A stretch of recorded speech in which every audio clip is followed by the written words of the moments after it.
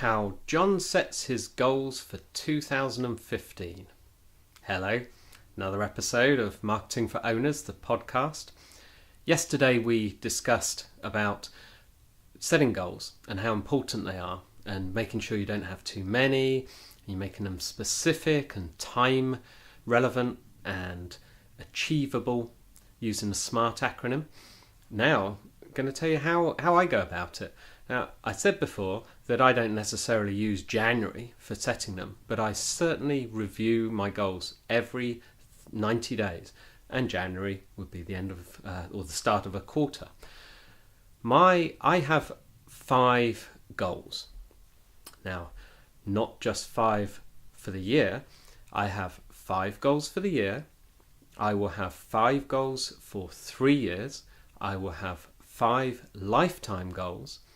And I also have 5 goals for the quarter for 90 days. But I start with 5 goals for the year. Now, a lot of people would cover goals for personal life, for family life, relationships, spiritual, business, sport, health, physique, things like that. I personally prefer to set goals in relation to my family because being an entrepreneur, it's very difficult to get a work-life balance and to remember what's important and keep that straight. But I don't write down goals for everything because it would be too many. But generally, between my business and where the income comes from to achieve the things I want to do in my personal life, then a lot of it will also include, say, fitness or diet or eating or so on, but more of a subset. But I start with the 5 yearly goals. Now, those need to be important.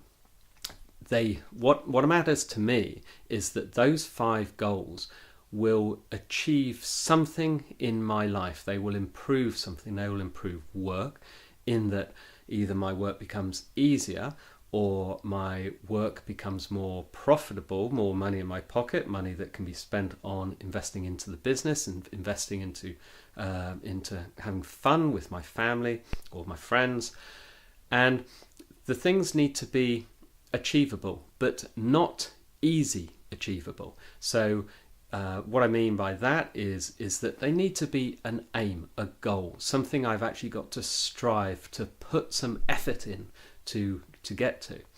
But once I set the 5 for the year, I can then set the 5 for 3 years. Now, those 3-year goals will be following on from the 1-year goals. So assuming I got these done in this year, I can carry on. They will be very major achievements, things that are going to be very, very important to me.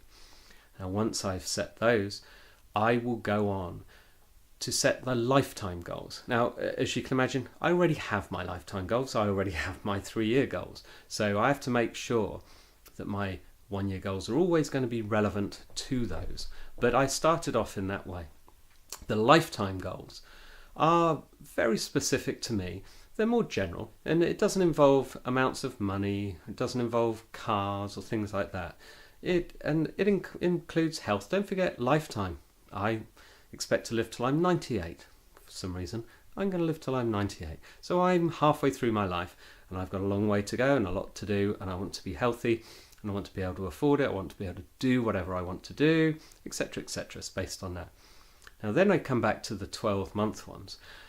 To achieve the 12-month goals, we need short sprints. So I then set quarterly goals. So I will have goals that run for 90 days. There will be 5.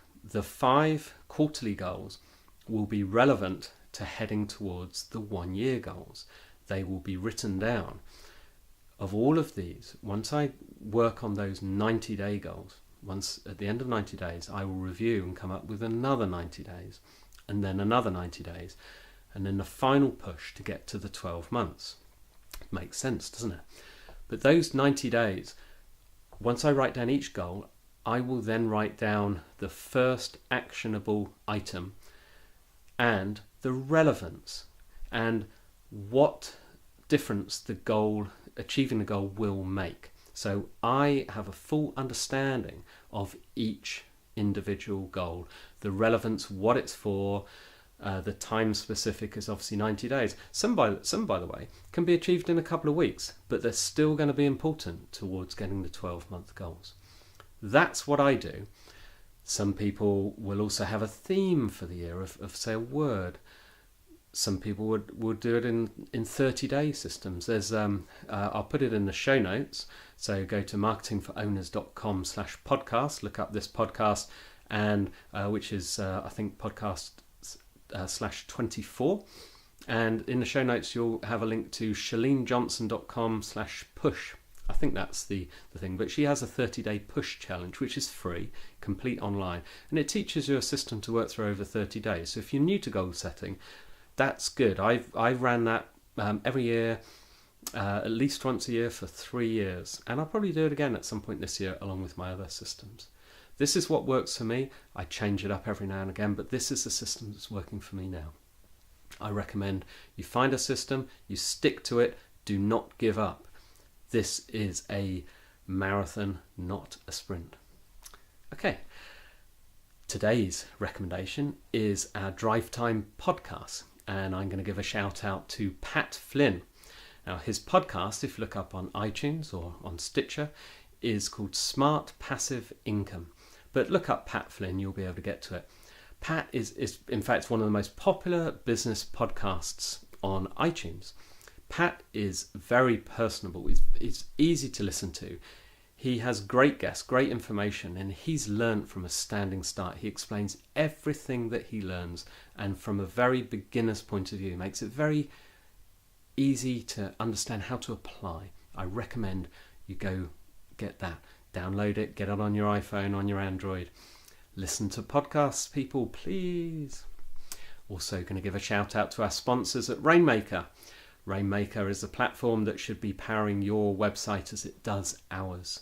Please look at what they do, consider it, look at the cost. It really isn't a lot. In fact, they're having a tiny little price rise. Even so, it's still not expensive. Keep on it. They add new features all the time. That's it. I'll see you tomorrow.